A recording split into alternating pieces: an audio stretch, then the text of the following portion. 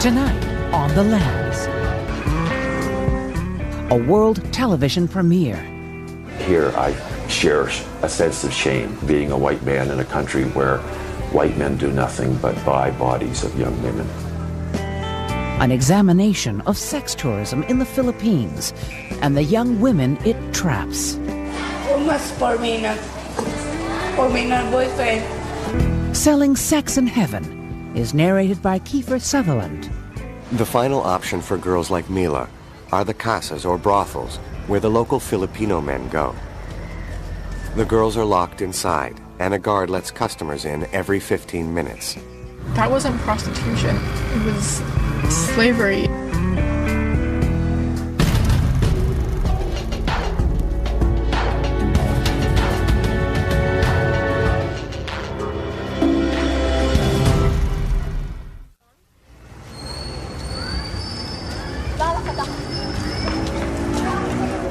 When I first met Mila, I observed her, she keeps on roaming around along Fields Avenue. I thought she is crazy because she doesn't stay put. She goes from one place to another. Then I found out that she is just too friendly, that she wants everybody to be her friend. Well, actually, I was sitting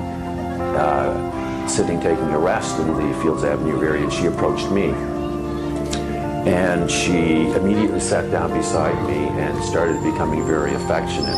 She had her head on my shoulder and her arm around, and she just seemed so vulnerable. She was so small and so tired.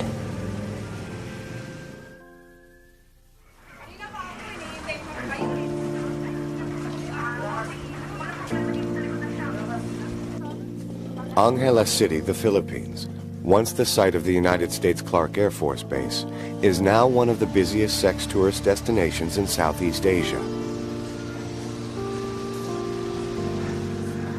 Men come from all over the world for some male bonding, cheap beer, and even cheaper women.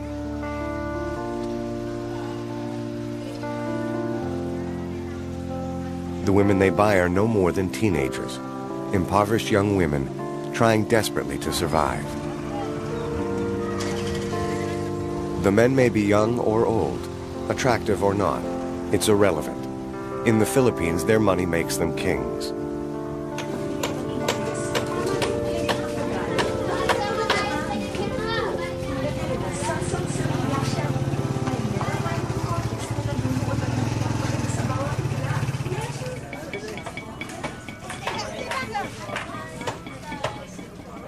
Mila works at Heaven, a little bar on Blowjob Alley. And like thousands of other bar girls in Angeles, Mila lives in tremendous hope that someday one of these foreigners will rescue her.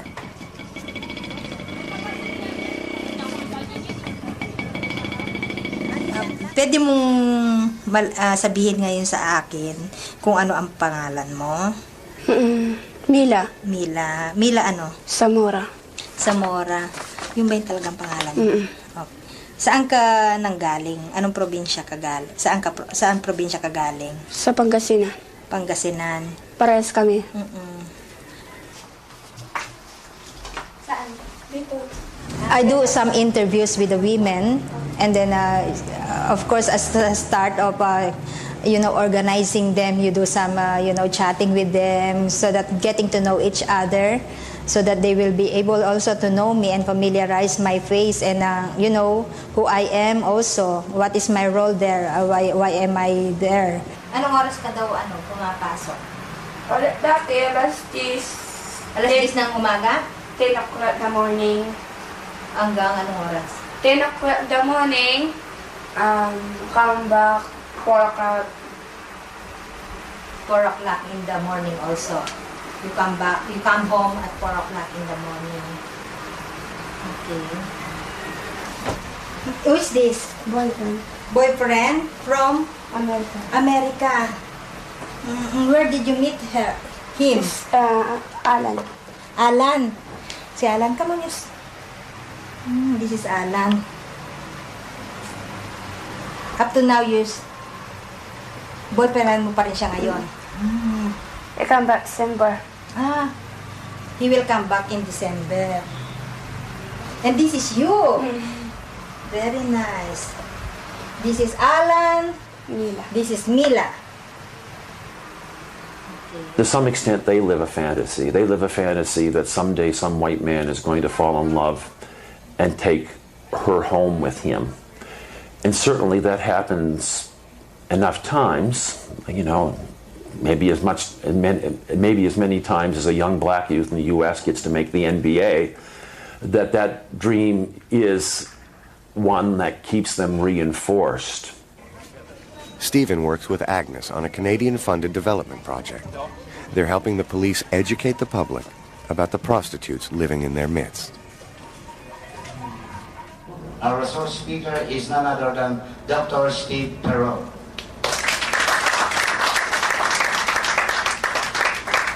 I'm involved in this project, Sex Trade in the Philippines, in Angeles City, in my role as a psychologist at Mount St. Vincent University, and also because I spent 10 years as a police officer in Halifax Regional Police. I think one of the ideas was that in a society like the Philippines, which is still quite hierarchical, it was important to have somebody who would have some credibility with the male police officers to lend some extra credibility to the project.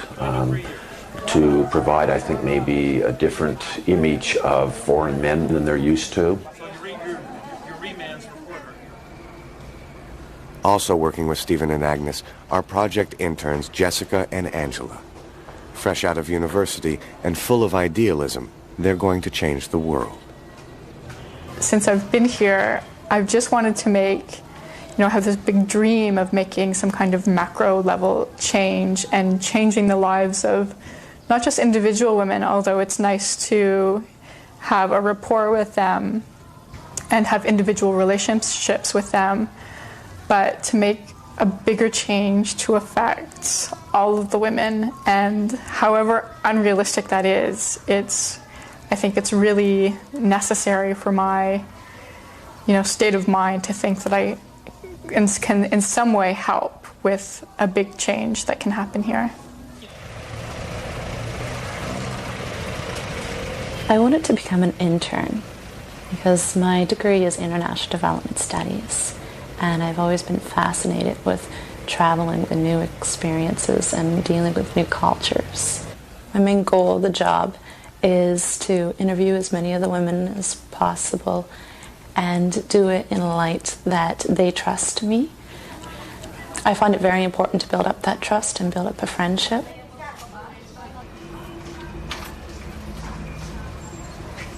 And Angeles takes up about 2 pages. And there's really something interesting that they say. Well, did you read Under Shadows Minibar? It says Shadows Minibar. All the right elements are here. First and foremost are the go-go bars full of sexy young dancers. There are over 50 go-go bars full of attractive and readily available women eager to show you a good time. Ballybago is a non-stop party year-round. Recreational sex is the sport of choice. You can get loaded and laid regardless of your age, sex, physical appearance, interpersonal skills, wealth, or social class. Isn't that wonderful? Yeah. Well, I think we've all seen those men here. A lot of the customers that I have been able to talk to, I've been very disturbed by talking to them. Very, very sexist ideas, very, very racist ideas.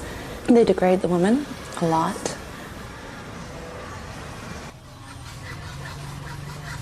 One of my favorite places to go and talk to the women is Shadows Bar. I was up there at one point talking to them, and this customer came in, sat down, and the girls stiffened.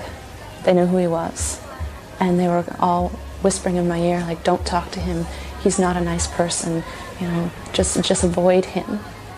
And at one point he was going around saying, and who's going to be the lucky woman I get to sleep with tonight? And he was pointing to each one of them. You? Maybe you? No, not going to be your turn tonight. And point to the next person. You? Could it be you? No, not going to be with you tonight. So I just tried to continue to ignore him. And then he pointed at me. He's like, well, I especially wouldn't sleep with the white woman. And I turned around and I just wanted to say, like, you don't have enough money in the world to sleep with me. And I opened up my mouth and I bit my tongue literally to stop myself, because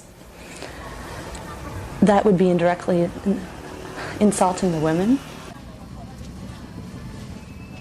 It's interesting walking in the Fields Avenue area or anywhere in this city as a white man, because immediately you are a customer. To walk and meet these men, some of these men wave to me or wink at me on the street because they know they figure I'm up to the same game and we're playing this macho game. And, you know, I saw a man, 65 years old walking with a young woman 20 years old hand in hand. I can understand he doesn't want to get old, but that happens.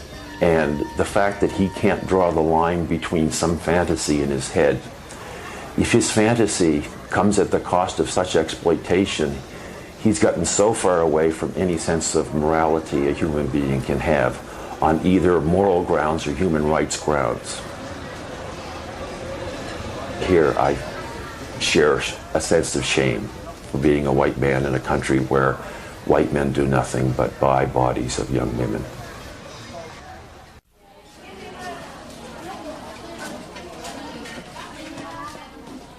The first time I met Mila, I was walking down East Santos, and she just started walking with me. I was curious.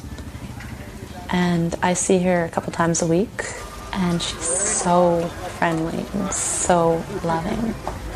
Sometimes I'm wondering, why is she so friendly? Is it because she doesn't get enough general affection? Is the only affection she's shown connected with people buying sex, and she's not worried about that with me? She knows that it's not going to be an exploitative relationship. When she first met Steve, she was very shy. She wouldn't even look him in the eye. And then she got used to him very quickly and realized, no, he's a friend.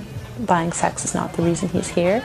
And now she just loves him. She'll run up and give him a big hug that's the same as with me. So I think it's connected with the affection is with people that she doesn't have to worry about being exploited against. Meron ka bang na-meet na foreigner na salbahe? Meron, ibang aso, ibang mabait, ganun. When she works in the Duke of York, she was forced, even if she's sick, she was forced to go to the customer. Then what happened? Napabagot ako. Napabunot ako. Sabi ng kamo, marunong ka mag-lucha. Sabi ko, no. Sabi ko, I don't like. Sabi niya, bongbong. Inyong ako, nang galaw niya ko. Siya nang nabarfay na ako. Umuwi ako aircon. Namamatay na ako. Sabi niya.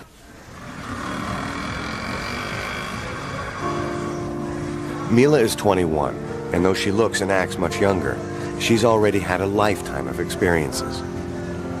At the age of 12, she was sent from the provinces to work in Manila as a housemaid. A few years later, she was recruited, or enticed, as they say here, to work in a factory. The woman who brought her from Manila took her to a bar and then disappeared, leaving her all alone. The woman probably sold her. Mila was only 17. She had no money, and she didn't speak the local language. She's been working in the bars ever since. A maid at 12, a prostitute at 17. It's almost unimaginable, and yet Mila's story is not uncommon. I come here in 1995, but I'm come here at Cherry Girl, but 14 years old, but I don't know. I said my friend, she's working in restaurant, but me it's not good because it's working in the bar. That's why, and then it's hurt because I lost my cherry in the bar. A lot of the women have been raped or sexually harassed, sexually assaulted, and this is a common theme that runs through them. And a lot of the women have said, well, I wasn't a virgin anymore, I wasn't worth anything.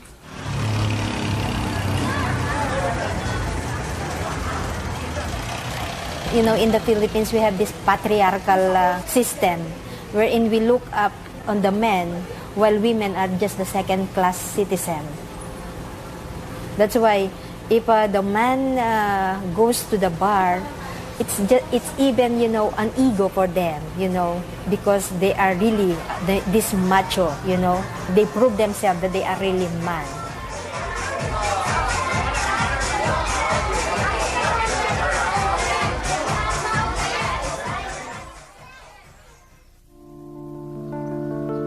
The Philippines was colonized by the Spanish in the early 16th century and by the Americans in 1898.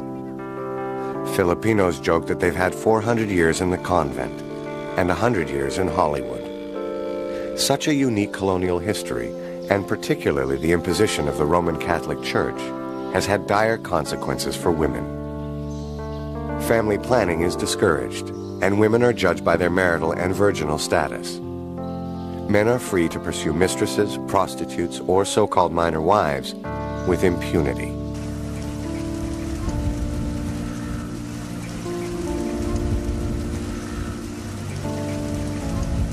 The Philippines is a land of striking contrast. Great beauty, wealth, and resources, alongside tremendous poverty and destitution. I think the girls become bar girls because they have no choice. You know, if their choice is to live in extreme poverty or be a bar girl and make money, that's not a choice. And they do it because they need to survive and their families need to survive. And there's no social security net. If you don't have the money, then you starve.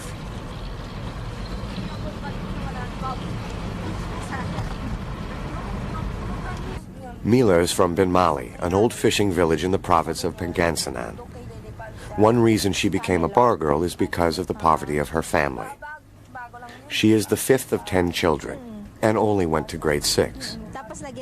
According to Filipino custom, the older siblings are responsible for the younger ones. So most of the money Mila makes is sent home to her family. Naiiyak ako ng first time ko ng sa double kilo. Sige na! Mila's agreed to take Agnes and her friend Feli, who speaks the local dialect, to meet her family in Binmali. When we are on our way to Pangasinan, she always kept on telling me she's shy. She's very shy, that we will see their situation and we will meet her parents. She told me that their house is very small and they have nothing to show us. They have no livelihood. Only the mother, who is a laundry woman. That's why she's very shy.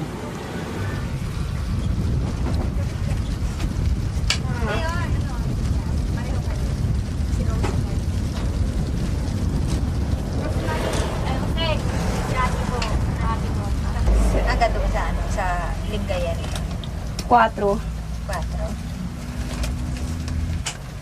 Ilan kayo nakatira dito? Balakin kami ng 14. Isa dito, kuya ko dati. 14 people lives here. Yeah, 14.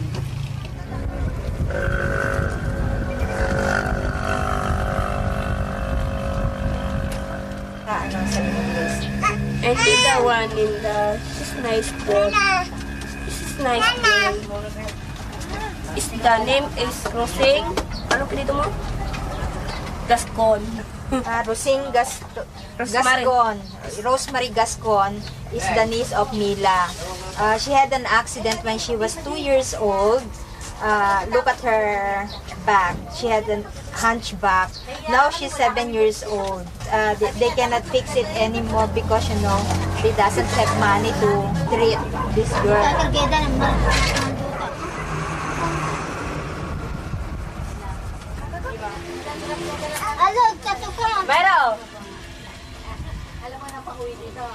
I think before, the father was working as a helper in the fish pen. But now since he is a hard drinker, when we met there, he was drunk already. Bukas po, ilang taon sa akin? Tapos 50 na po. 53! Namiringan bless kami sa'yo. Babalik kami sa Mayo. Babalik po kami. Pasensya na kayo.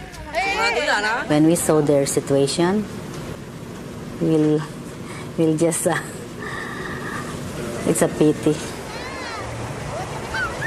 There was a time when she went home with her boyfriend and she introduced him to the mother. He's also a foreigner, an American. But when he saw their situation, they parted. Maybe some foreigners thought that if you have a big family, you have to support them. Especially in the case of Mila, they are very poor.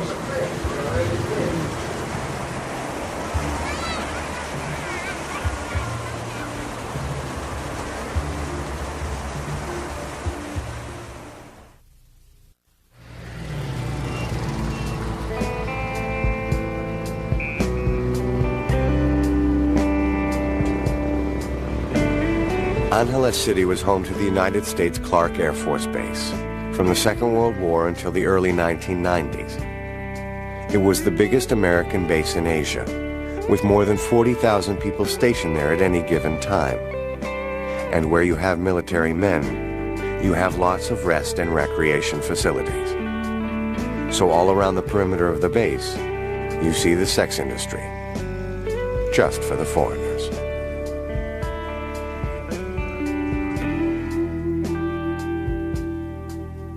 Mount Pinatubo erupted in 1991, devastating Angeles City and the surrounding areas.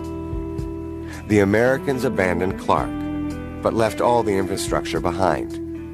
The airstrips, living quarters, a state-of-the-art hospital, and of course, all the bars. Australians, retired Americans, and other Westerners bought up all the bars by marrying Filipino women.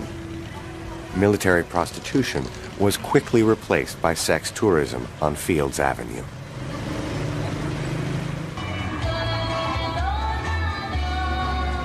Prostitution is illegal in the Philippines, so officially there are no prostitutes.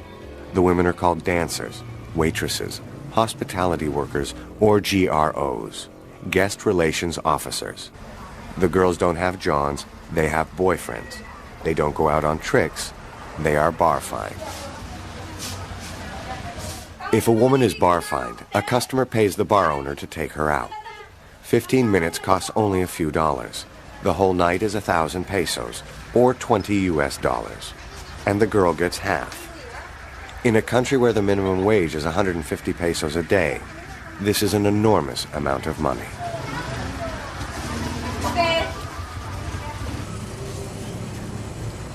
Another piece of the infrastructure left behind by the Americans is the social hygiene clinic. It was set up to make sure prostitutes were not infected with sexually transmitted diseases, so the military men would be protected. The clientele may have changed, but the system remains the same, operated now by the municipal government.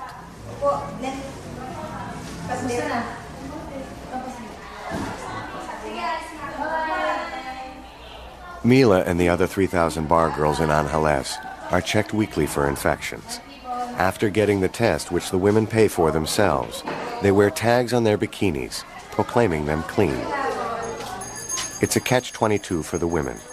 Since prostitution is illegal, but also regulated by the government, and a huge double standard since male customers are not registered, checked, or criminalized in any way.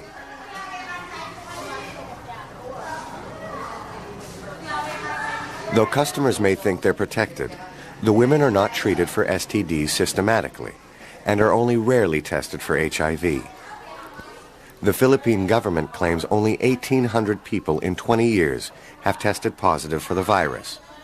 Human Rights Watch, however, predicts an explosion of HIV/AIDS in the Philippines, since the government has impeded access to condoms and cut funding for sex education because the Catholic Church opposes both.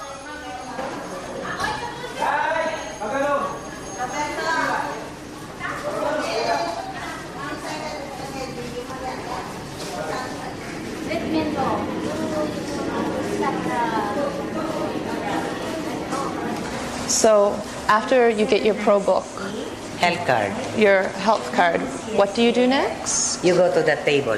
And what do you do at the Then table? to know who you are, and then you are submitting for a smear.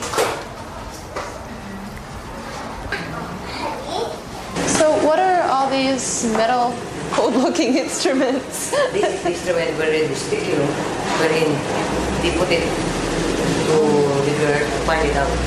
So there's a whole bunch of them? Yes, whole bunch of them. And is there only one girl in this room at a time, or is there a few No. waiting? Or They fall line there, then one by one they stick the clear. So at home, when women go for pap smears, it's a very personal, private. Yes. So there's not the same privacy here. There is no pap smear here. This is only smear. The smear. The pap smear is you only on the mistake. That's it. So the difference between a smear and a pap smear? There is a difference of smear and pap smear. Because the smear is only where they they look for if you have some venereal diseases. Now the pap smear is general cleaning.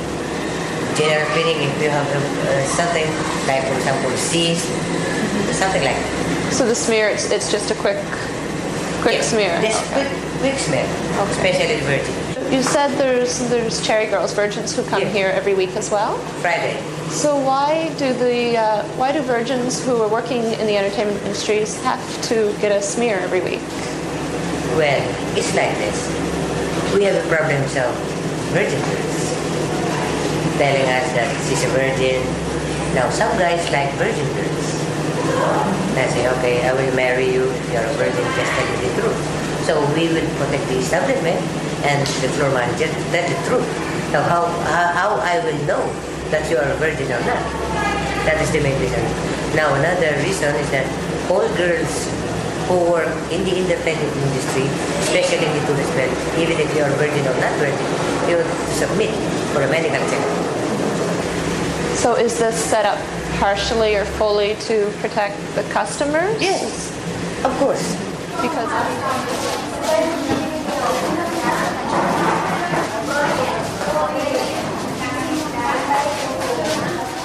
you know, there are a lot of discrimination with this kind of women. They look down on the women because they think that these women are dirty women, you know, in particular.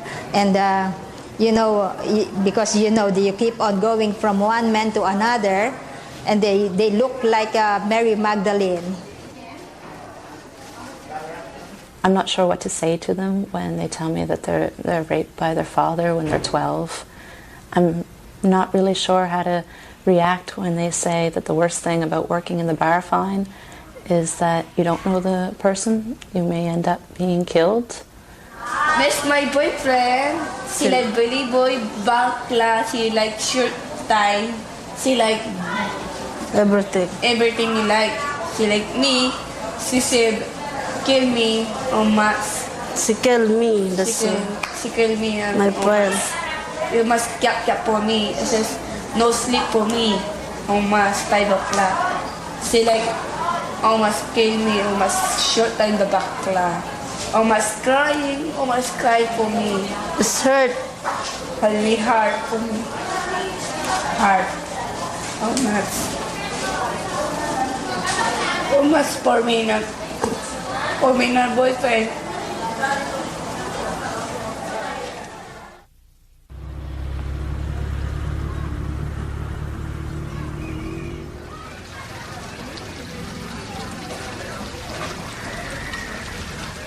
Bar girls have few options when they're too old to work, and they're old by the time they're 25. Most end up in squatter communities, living in extreme poverty, with their Amerasian children, half Filipino, half foreigner.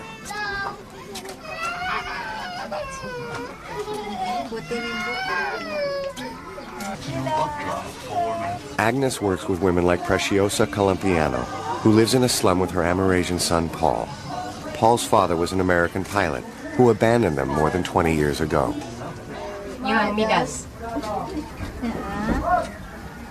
How long ago was this? How long ago did you graduate? 3 years. 3. Wala pa? Oh, 2 years. 2.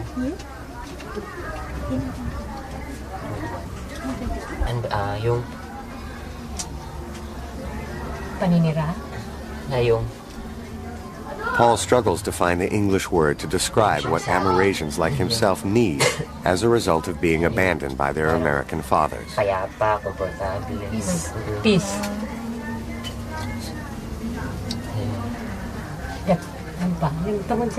What about you, Nanay? What's your experience being a mother of an Amerasian? Do you have any experience being a mother of the Amerasian? Do you encounter some, I don't discrimination? Hindi. Now, how do you spend your life? Working hard. Yeah. So that they can get an income for our daily needs. Sacrificing too much to make my son big. That's all.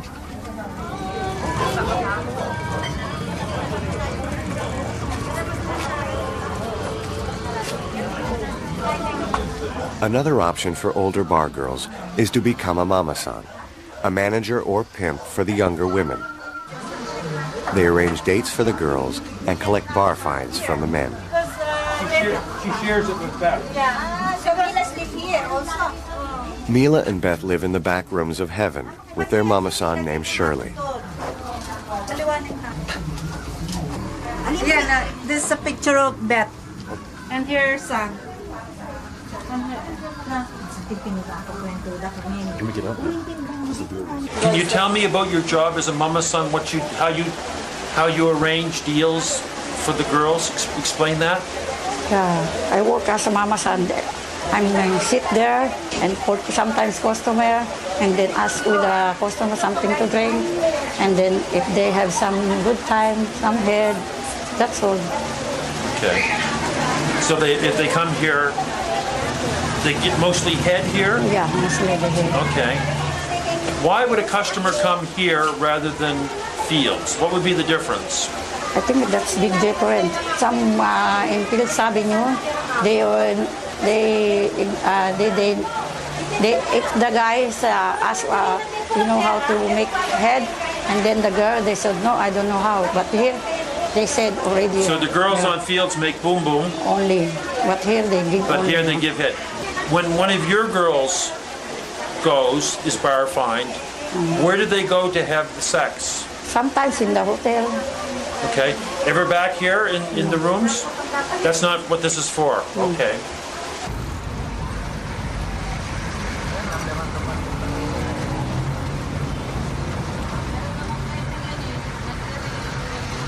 The final option for girls like Mila are the casas or brothels, where the local Filipino men go. The girls are locked inside, and a guard lets customers in every 15 minutes. In many ways, bar girls are much better off than the casa workers, who get about 50 cents a customer and have up to 15 men every night.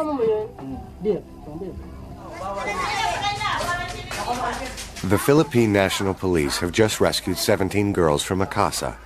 All were tricked into coming to Angeles by recruiters in the provinces.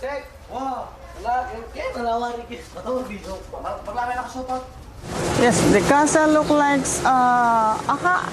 a shanty house, wherein in one place there is a little living a sala, wherein you can see the pimp or maybe the maintainer. Then once a client or a customer comes in, the pimps, they will call in the ladies from their cubicle. And then they will line up there for the client to choose who will be his sex partner inside the cubicle. Once the lady was chosen, they'll go inside her cubicle and then that's it.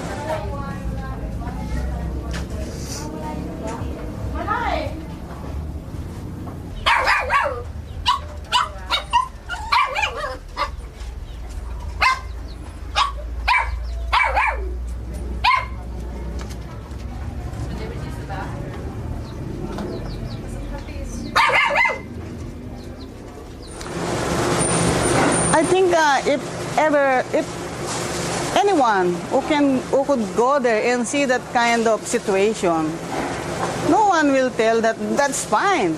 Imagine, as if they're slave. Imagine how they were treated when they were given their food. Oh, I can't describe by, as if you see a dog eating under the table.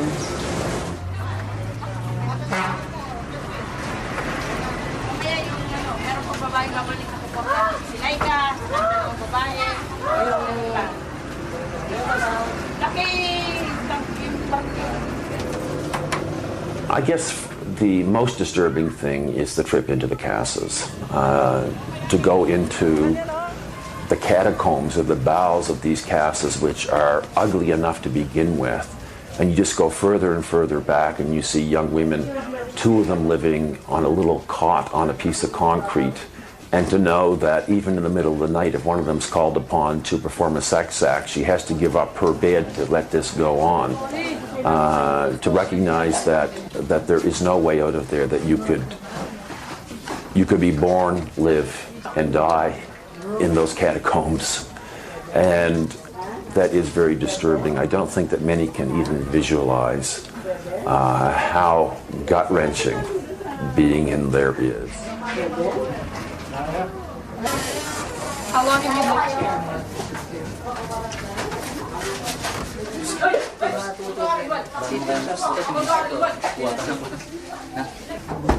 What kind of man could come in here?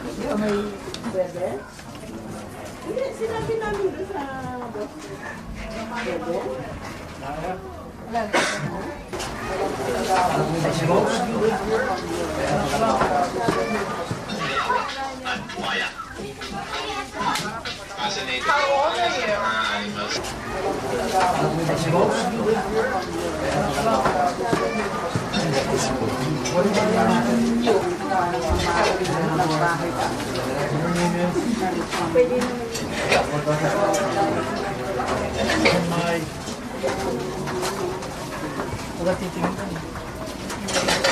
Si Santa Rosa.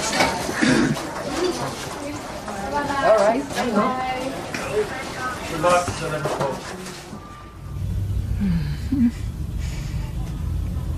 I've never felt so sad to be a woman. I've never felt so disgusted by humanity. To see these girls living in rooms that were no bigger than 8 feet by 4 feet, 2 to a room, living there 24 hours a day with nowhere to go, was disgusting, and I felt sick to my stomach, and I wish I could have thrown up so that people would have known exactly how disgusted I was. And I felt guilty when I left because it was like I was leaving them behind, and I don't want anyone to feel like that, and it makes me feel like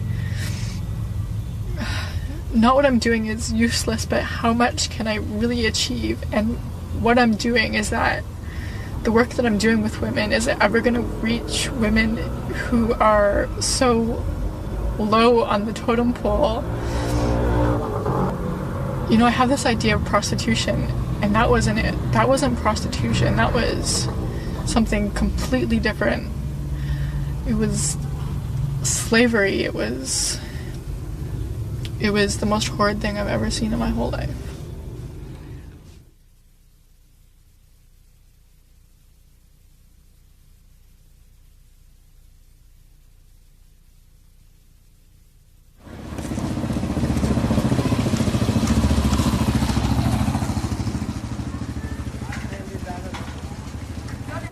So how will Mila's story end?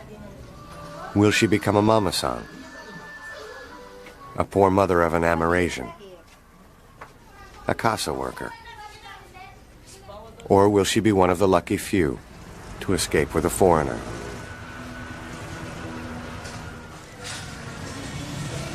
Mila got pregnant to an American I asked her if, did you ever tell this, this American that you're pregnant?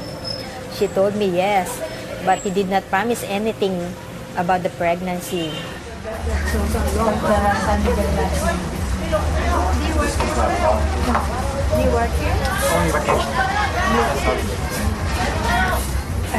Her hopes is to get another foreigner to give her a good future.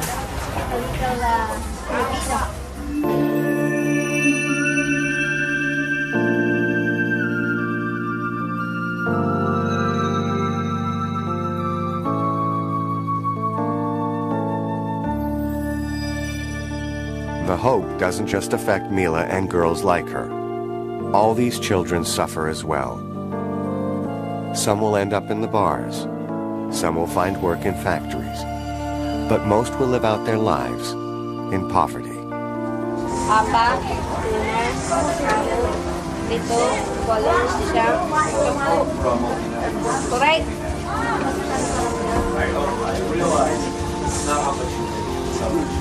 Actually my vision, is to go out of the country, to work there outside the country while I am, raising funds with other, I don't know if this is an impossible dream, but I do hope someday it will be a possible dream.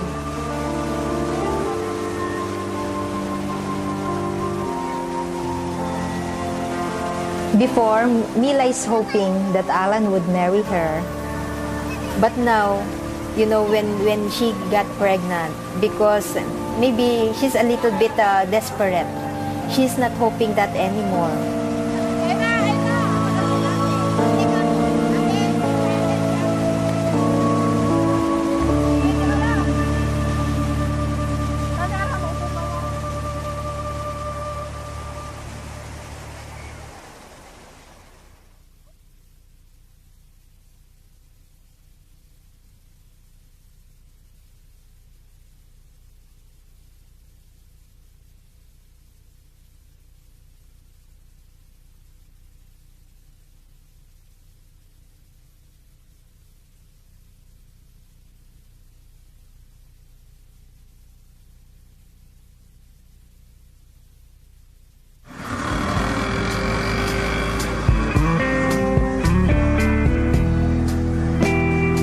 Next time on The Lens. Tuesday, January 23rd, a safer sex trade. We all do things for money, whether it's in this trade or some other trade. So let's get over that one right now. We've got an escort 411 section. If we've had a bad client, we go on and describe him and write everything about him and what had happened. Exploring the lives of two upscale sex workers in Vancouver. In contrast with a former street prostitute's experience of the dangers of the business. In a city where a man stands trial for the murder of 26 women, most of them in the sex trade. You don't go stay on the street out here and go become the next Pamela Anderson. You stay on the street out here and you end up dead. You see girls, laying in back alleys. You hear about the stories of girls getting chopped up in dumpsters. It's not a glamorous lifestyle down here. That's A Safer Sex Trade, Tuesday, January 23rd.